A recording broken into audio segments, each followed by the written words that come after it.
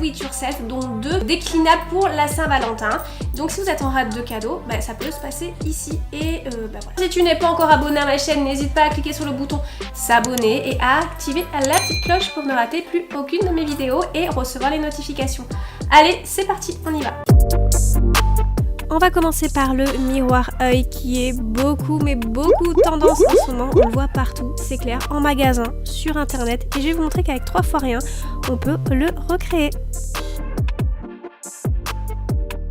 On va utiliser 2 styles de cercle de broderie, un qui fait 18 cm de diamètre et un autre 33, et on va récupérer les cercles à l'intérieur.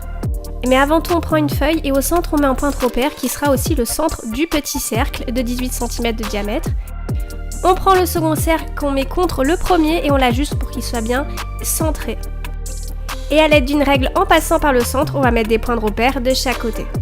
Et maintenant, on fait exactement la même chose de l'autre côté.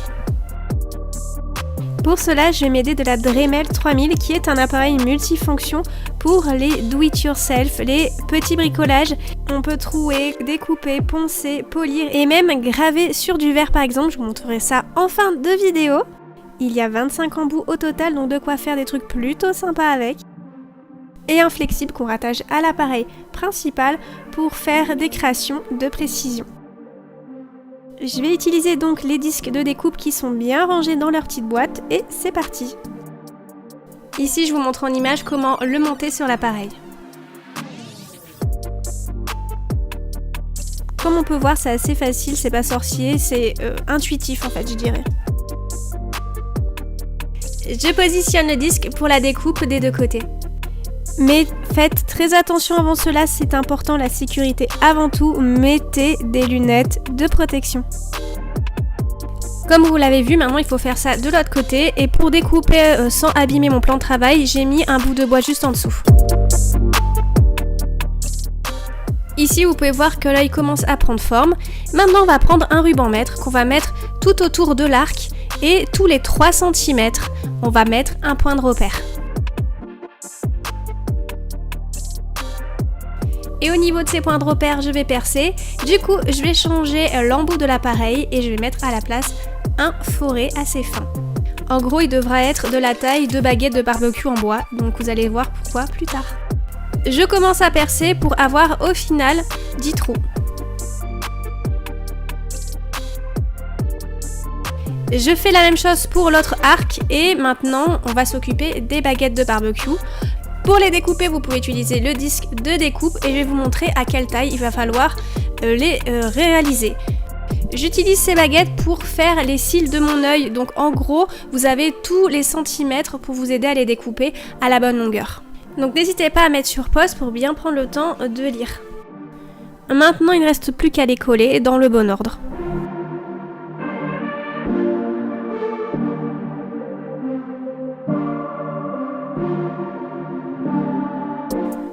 À cette étape, il va falloir coller les 2 côtés ensemble. Pour cela, j'utilise un pistolet à colle, mais si vous avez du temps, utilisez la colle forte. Moi, j'avoue que j'ai pris la facilité parce que pour filmer, il faut que ça aille un petit peu plus vite. Mais peut-être dans la réalité, j'aurais plus utilisé la colle forte. Après cela, je colle le cercle. Je viens de m'en rendre compte en post-prod, mais je suis désolée pour la variation de lumière qu'il y aura dans cette vidéo. J'ai eu du mal à gérer ça, il y avait trop de soleil ou pas assez, bref, la galère. Maintenant, je prends un bout de bois et je vais mettre sur les extrémités de la colle chaude et par-dessus, je vais mettre mon œil. Ça va me servir de support pour coller le miroir. Et voilà, c'est terminé. Donc ça, c'est un tuto. Si vous avez tout le matériel comme des cercles de broderie, vous pouvez vraiment le faire à moindre coût et faire du recyclage. Et on passe à l'échelle en bois, donc ça aussi on la voit partout, que ça soit dans les magasins, sur internet. Et je vais vous montrer qu'avec 3 fois rien et en recyclant quelques trucs, on peut la créer. Pour ceux qui ne savent pas, c'est un élément déco qu'on peut mettre dans un salon près d'un canapé pour mettre les plaids ou dans une salle de bain pour les serviettes.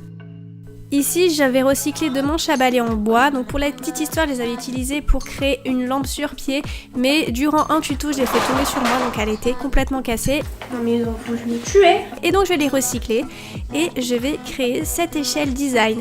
Donc tout simplement, j'ai enlevé la colle qu'il y a dessus et pour cela, je vais mettre l'embout pour poncer.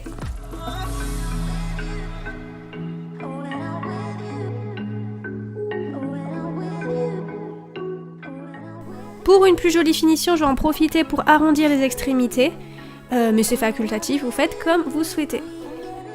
Tous les 30 cm, je vais mettre des points de repère, du coup je vais en placer 3. À cette étape, si vos manches en bois sont plus longs, vous pouvez en rajouter plus ou moins espacés, comme vous le souhaitez. Maintenant, je vais mettre l'embout pour percer, et je vais percer au niveau des points de repère. Il faut percer de part en part et que la mèche sorte de l'autre côté, et il faut faire exactement la même chose pour les autres points de repère et le second manche.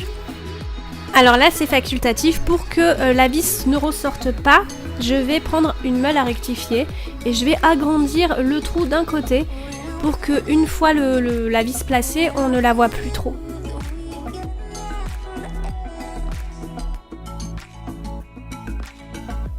Et voilà!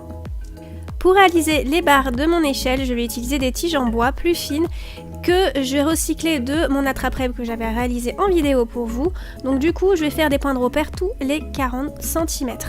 À vous de voir si vous souhaitez les réaliser plus grandes ou plus petites. On passe à la découpe et on ponce l'extrémité si besoin, si on souhaite avoir une plus jolie finition ou qu'on souhaite que la surface soit plus plane.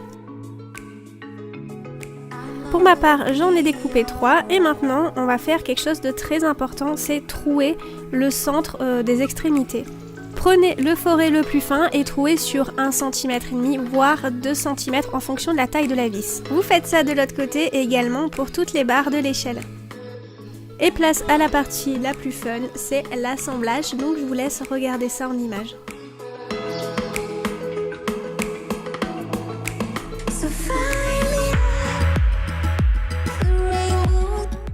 Et pour terminer, on assemble le second manche.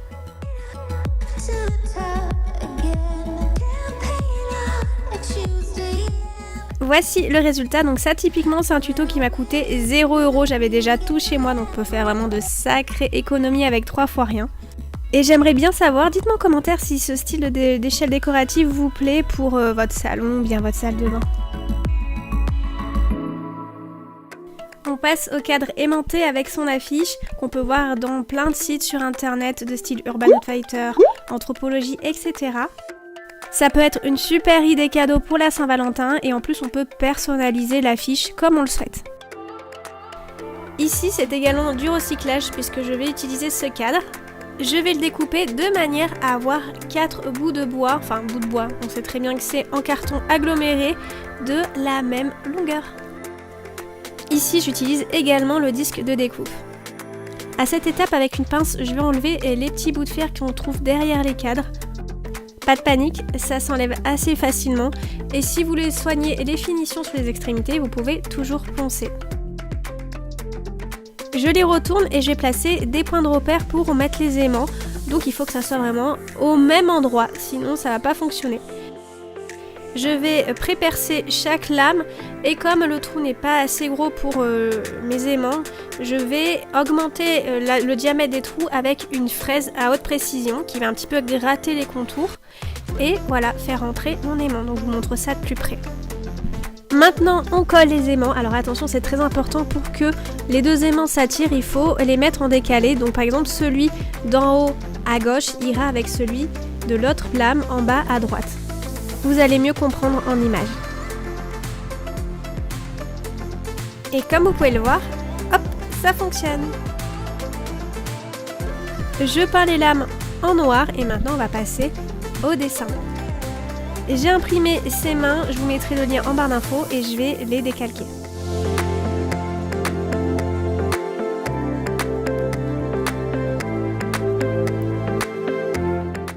Bon, on voit pas très bien, c'est pour ça que j'ai rapidement passé là-dessus, mais en m'aidant de quelques dessins sur internet, je vais créer des fleurs qui sortent en fait dès demain.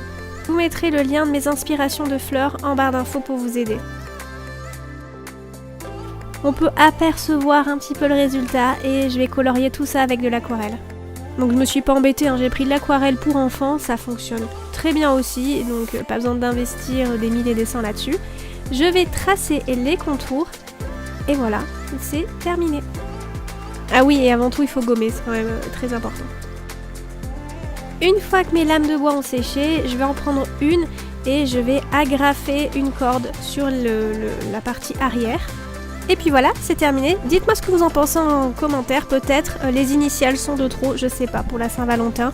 Je trouvais ça sympa, mais bon, à vous de voir. La gravure sur verre, ça aussi ça pourrait être une super idée cadeau pour la Saint-Valentin. Pas besoin de s'embêter, il suffit juste de prendre un verre que vous avez peut-être déjà chez vous. Moi j'ai pris un mug transparent et je vais vous montrer comment réaliser ça. Pour graver sur du verre, pour une meilleure maniabilité, je vous conseille de mettre le flexible. Donc je vous montre en vidéo comment procéder. En gros c'est une extension de la machine qui va vous permettre de tracer plus facilement sur le verre. C'est moins lourd, donc du coup ça permet une meilleure maniabilité. Pour graver sur le verre, il vous faudra un embout qui est une pointe diamant. Ici, il est important de suspendre l'appareil principal pour avoir le flexible bien en main et qui ne nous gêne pas pendant la réalisation. Je vais donc dessiner sur le mug en verre et pour cela, je vais m'aider de ce modèle que je vais scotcher à l'intérieur du mug.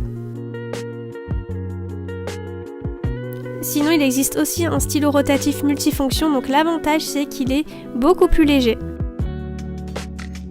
Donc place à la gravure, c'est assez simple, mais par contre, je vous conseille quand même d'essayer avant de commencer sur d'autres surfaces pour faire des tests. Quand même, il faut avoir une petite prise en main, mais c'est vraiment pas sorcier. Alors pour la Saint-Valentin, j'ai décidé de mettre une lettre, donc c'est la première lettre du prénom de l'être aimé, et de faire des petits dessins tout autour. Vous pouvez mettre ce que vous voulez et adapter en fonction de la personne. Je retire le modèle et ça va me permettre de voir un petit peu mieux où il y a des défauts et de repasser par-dessus et de faire les finitions. Et voici le résultat.